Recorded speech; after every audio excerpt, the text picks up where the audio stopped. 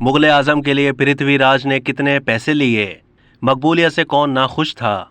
बॉलीवुड के मुगल आजम अदाकार पृथ्वीराज कपूर 3 नवंबर 1906 को मौजूदा पाकिस्तान के फैसलाबाद की तहसील समंदरी में पैदा हुए थे। 3 साल की उम्र में उनकी वालदा का इंतकाल हो गया था।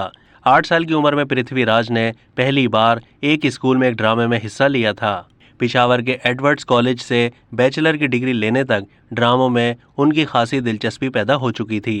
थिएटर की मोहब्बत में वो लाहौर तक गए मगर उन्हें काम नहीं मिला। सितंबर सन 1929 में पृथ्वीराज काम की तलाश में मुंबई चले गए और इंपीरियल फिल्म कंपनी में बगैर किसी तनख्वाह के एक्स्ट्रा अदाकार बन गए।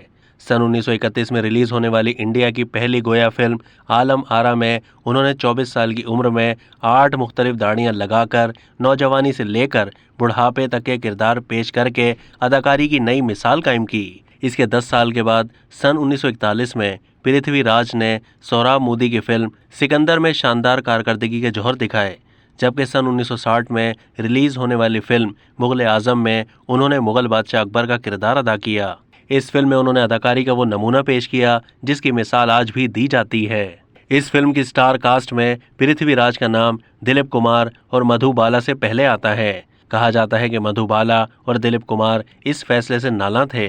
ये वजह भी फिल्म बनने में ताखीर की वजूहात में से एक थी, जिस पर पृथ्वीराज ने फिल्म साज के आसिफ से कहा, छोटे मोटे झगड़े के लिए फिल्म को क्यों लटका रहे हो? इन दोनों का नाम मुझसे लिख दो, मुझे कोई फर्क नहीं पड़ता। के आसिफ ने कहा, देवान जी, मैं मुगल आजम बना रहा हूँ, सलीम और अनारकली नहीं। ये बात इन दोनों में से किसी की समझ में नहीं आ रही है। मेरी इस फिल्म का हीरो एक है और वो अकबर आजम है। एक किताब में मुगल आजम फिल्म में पृथ्वीराज की फीस से मुतालिक एक दिलचस्प किस्सा बयान किया गया है कि फिल्म साज ने जो चेक पृथ्वी को पेश किया उस पर कोई रकम नहीं लिखी थी, वो सादा था। पृथ्वीराज कपूर ने लुत्फ अंदोज होते हुए कहा, जहां इतना लिखा तो रकम भी लिख देते। फिल्म साज के आसिफ ने कहा, पहले ये बताओ कि कितनी रकम लिखूं? पृथ्वीराज ने कहा, तुम नहीं जानते क्या? के आसिफ ने कहा, जानता तो पूछता ही क्यों? पृथ्वीराज ने कहा, जो रकम चाहो लिख दो, मुझे मंजूर है। के आसिफ ने कहा, नहीं दीवान जी, ये मत कहें, सब ने अपनी कीमत लगाई है, दिलीप कुमार, मधुबाला, तो फिर आप क्यों नहीं? पृथ्वीराज ने कहा, मेरी कीमत तुम लगाओगे। के आसिफ ने जवाब दिया, ये मैं जुर्रत नहीं कर सकता।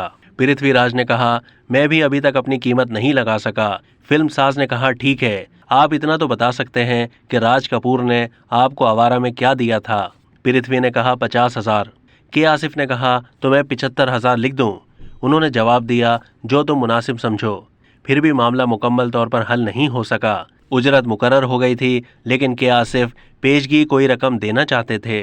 पेशगी चेक पर जब फिल्मसाज ने पृथ्वीराज से रकम लिखने के लिए कहा तो उन्होंने 1 रुपया लिखा। के आसिफ जज्बात से मगलूब हो गए तो पृथ्वीराज ने कहा, आसिफ, मैं आदमियों के साथ काम करता हूँ, ताजिरों या मारवाड़ियों के साथ नहीं। भारतीय फिल्म इंडस्ट्री के उरूज में कलीदी किरदार अदा करने पर कपूर खानदान को बॉलीवुड का सबसे मुअज़्ज़ज़ खानदान कहा जाता है। एक ज़माने में राज कपूर की कामयाबी इतनी बढ़ गई थी कि फिल्मी दुनिया पृथ्वीराज कपूर को राज कपूर के वालिद के तौर पर पुकारने लगी थी। लेकिन राज कपूर ने कभी भी ऐसा महसूस नहीं किया कि वो अपने वालिद से बेहतर हो गए हैं। वो उनका इतना एहतराम करते थे कि उनके सामने कभी सिगरेट और शराब नहीं पीते थे।